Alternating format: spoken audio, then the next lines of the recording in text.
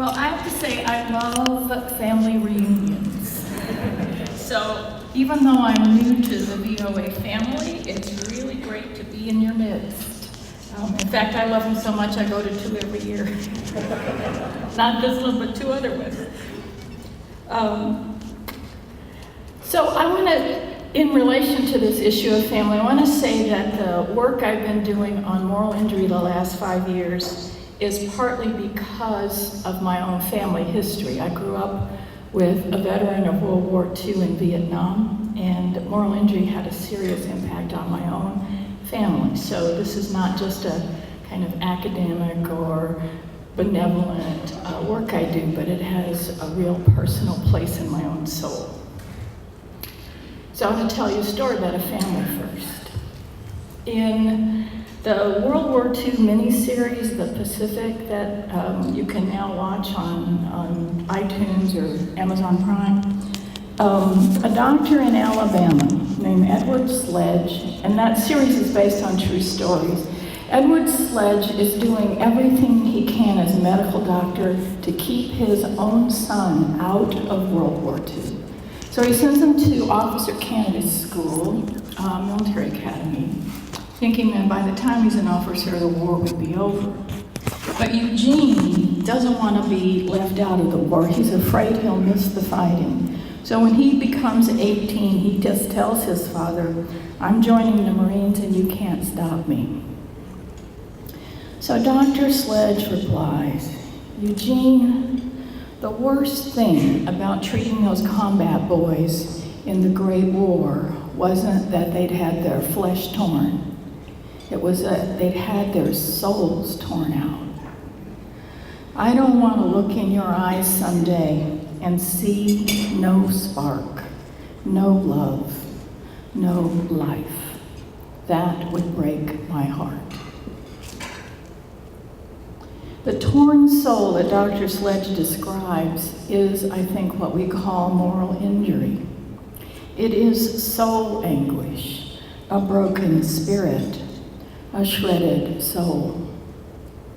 So after terrible, terrible experiences in the war in the Pacific, Eugene comes home, and his father sits outside his bedroom door, keeping vigil in the middle of the night as he listens through that closed door to his son's nightmares.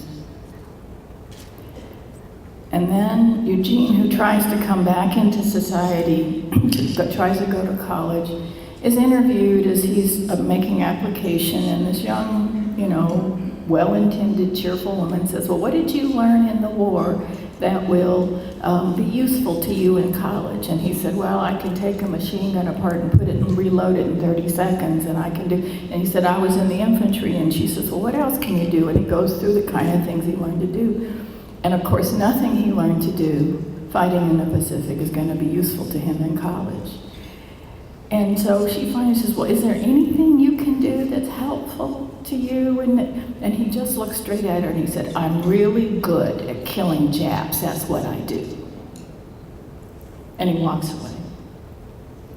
And the rest, there's a little bit of how he's able finally to come back, because his father tells everybody around him to just leave him alone.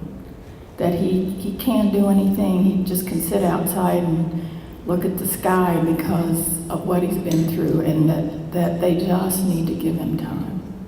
And he does eventually become a professor of biology and is able to write his story of that war. I think because he had a father who kind of knew what he was going through. Anyone who works in high-stakes situations with marginalized populations at risk has probably seen that empty stare. People in poverty, people struggling with addiction, people whose daily lives and their choices erode their feeling of being a good and decent person, worthy of respect. People who carry unprocessed grief and guilt in ordinary life because of things we do, witness, are ordered to do, or fail to do in high-stakes situations. We can lose our moral foundations and our sense of being a good person. Most religious traditions understand this inner anguish, this sense that we have failed our core moral self, sometimes because we had no other choice. In war, it's often your job to do those things that violate everything you were ever taught was wrong. Moral injury afflicts ordinary moral people when no good choice is possible in situations where people must use the power they have to act, knowing they will cause harm or violate their own core moral values. In those situations, we actually don't lose our moral conscience, but in judging ourselves, we become both betrayer and betrayed, a soul divided against itself. Moral injury, a broken spirit, in that situation is not a disorder or a psychiatric condition, though it profoundly affects our mental health. Moral injury is the feeling that one is no longer possible, that it is no longer possible to be good anymore. It is the loss of a capacity for trust and empathy, of a sense of meaning, and even of faith in God. I have a friend who father fought in World War II, and he says, my grandmother sent 4 good Christian boys into that war, and 3 atheists came home. How do moral human beings speak about the unspeakable? The work our center, the Soul Repair Center, has been doing the past 3 years on moral injury and veterans of war has helped us see how it is part of our larger society, which is actually a great gift of veterans to all of us. The pulling back of curtains of silence, ignorance, and denial about how many of us also carry forms of moral injury. Veterans can be so changed that they cannot relate to who they were before.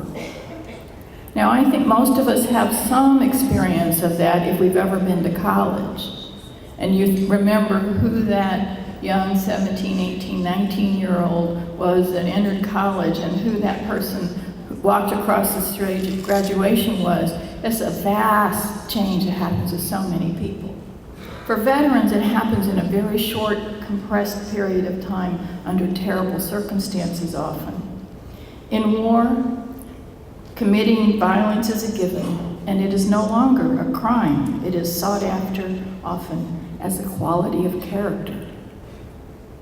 But such a profound internal change cannot simply be set aside like an old uniform after war is over.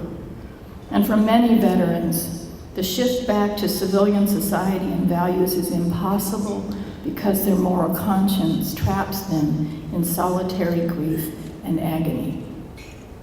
They can feel so hollowed out, numb and despairing, that they cannot find their way back to ordinary relationships. The world looks gray and dead to them. They can be angry with God, believe that God hates them, or conclude that God no longer exists.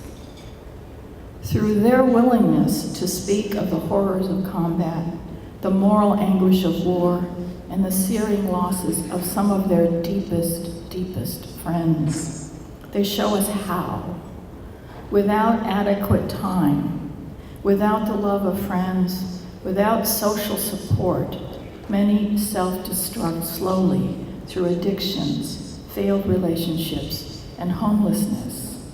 Others die by their own hands. If we are paying attention, the ways they have been changed should haunt us. Every war is laced with moral injury since the beginning of war. But our society's response is wholly inadequate to what we ask of those we send on our behalf. We thank the troops for their service and project onto veterans what we want them to be.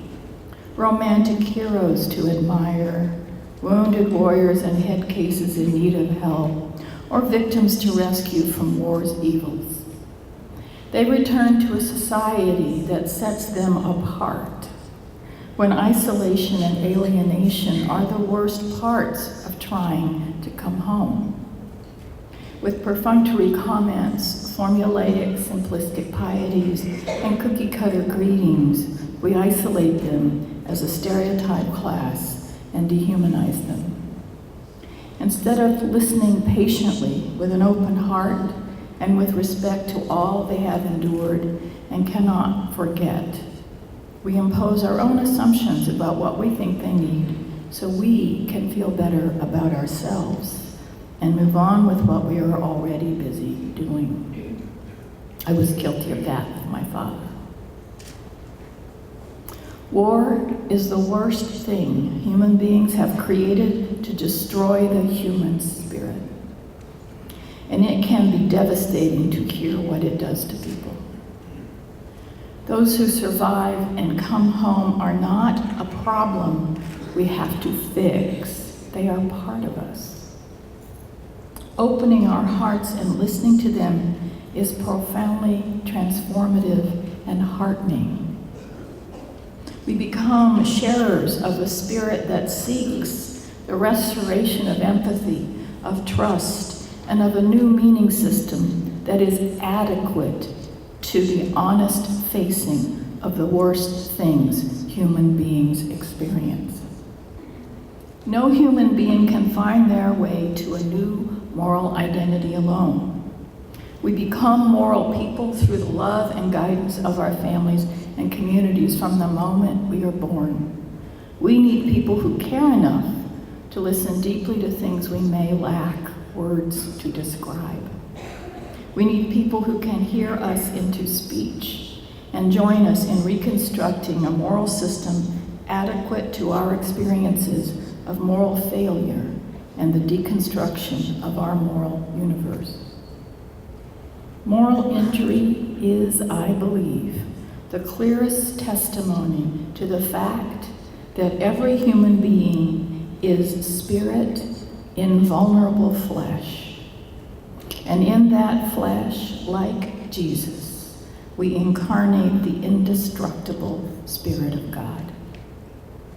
Moral conscience, the awareness that we have failed our core system of meaning and suffer from it, is profound testimony to the power of that spirit when it cannot be reconciled with what threatens it. Some choose death because they cannot find a way to reintegrate spirit with flesh. To share the burden of moral injury, to be told another story of pain and struggle, is a great gift of a person's trust and spirit to us. A gift to be respected and honored with our own honest vulnerability and open spirit. If we face our own relationship to moral injury with humility and honesty, we will be better people and better able to understand what peace truly requires of us. Thank you.